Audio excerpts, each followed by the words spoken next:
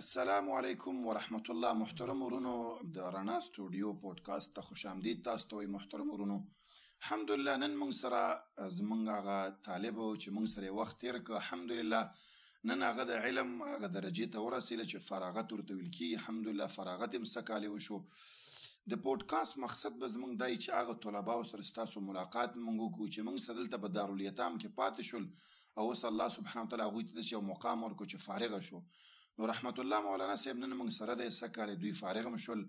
دوی سره موږ لنډه مرکه کوو چې تاسو هغه ملګری چې صدقې کوي چې تاسو پوه شئ چې تاسو اموال په سیزي باندې لګیدلی. رحمت الله مولانا صاحب تاسو ته موږ خوش آمدید ویو. جزاک الله خیر، بارک الله فیک. رحمت الله مولانا صاحب تاسو خو د دارالیتام کې پاتې شئ او تاسو کفالت دلته وشو، تاسو خپل نظریه او لنډه تبصره د یونیورسل اپیل متعلق چې تاسو څه ولیدل سم ترتیب دلته هغه متعلق د ملګرو ته تاسو وضاحت وکړئ. الحمد لله وحده والصلاة والسلام على من لا نبي بعد اما بعد. زموږ شیخ صاحب محترم، موږ چې کله اول سر کې رالو مدرسې ته نو مړی کالو نو موږ دلته جامعه کې داخل شو، خو به هغه وخت د اداره شیخ صاحب شروع کړې وه، تقریبا نوي به شروع وه. نو زموږ چې کوم د بندوبستو د علم د اسباب دغه کتابونه د مدرسې داخله هغه ټوله ذمهواري چې د شیخ صاحب او د ادارې طرف نه په غاړه باندې واخیستله. نو بیا په دې اداره کې موږ چې دی تقریبا زه خپله باندې 15 کاله دوی سره په دې مدرسه کې پاتې شوی یم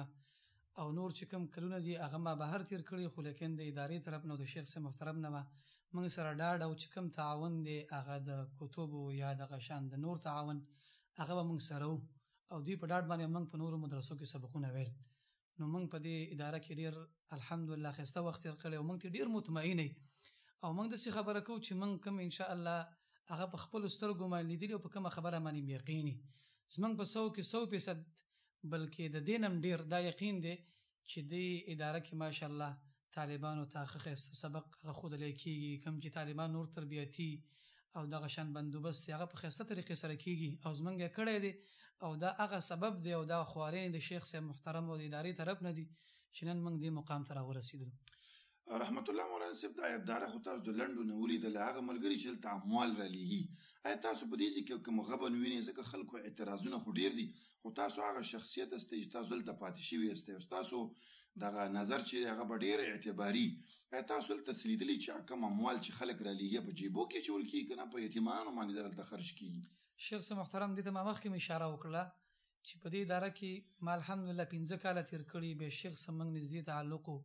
دغه شان د چې کوم نور ملګري دي، خو موږ والله چې الله ګواه کوو په دې خبره باندې چې موږ اوسه پورې الحمدلله داسې یو کار نه دی لیدلی چې دا پیسې راغلي یو ادارې ته یا یو بل شی راغلی دی او هغه د چا شخصي یو جب ته تللی دی او شخصي په امور کې استعمال شوی دی. نه موږ چې انشاءالله داسې مطمئني او موږ دا ډاډ تاسو درکوو دې ورونو ته چې انشاءالله ورځ د قیامت هم شته دی د الله مخامخ به موږ دا ګویي ورکوو او دا انشاءالله تاسو به وینئ چې په دې اداره کې څه غبن دوکه یا یو شخصي جب ته پیسې نه دي تللي، بلکې کوم اموال چې راغلي هغه په دې طالبانو باندې او دغه شان د غرباو چې کوم دي هغه متعلق د ادارې سره دي، د ادارې نه لاندې دي، په دوی باندې انشاءالله خرڅه شوي دي او موږ صحیح مطمئني او په دې خبره انشاءالله موږ الله ګواه کوو چې دې کې یو غبن موږ ته نه دی ښکاره شوی تر اوسه پورې او انشاءالله نه به پکې وي او نه به راشي انشاءالله. جزاک الله. رحمت الله مولانا صاحب هغه ملګرو چې په تاسو باندې خرچې وکړي یا تاسو کفالت یې وکړو هغوی زموږ خو کفالت وکړو، علم یې حاصل کړو، اوس آینده کې د رحمت الله مولانا صاحب څه نیتونه دي؟ آیا دا علم به داسې جاري ساتي، مطلب درس و تدریس کومه سلسله به جاري ساتي که نه بس دا علم دلته وشو نور به دیاړي او کسب او دا کوي؟ هغه موږ نه وایو چې هغه بده خبره ده، هغه هم کول پکار دي، خو نه دا علم چې کوم وکړو آیا دې نه به هم د امت ته کومه فایده رسېږي او که نه؟ شیخ صاحب محترم دا خبره زما باره کې هم ده، د نورو طالبانو باره کې هم ده.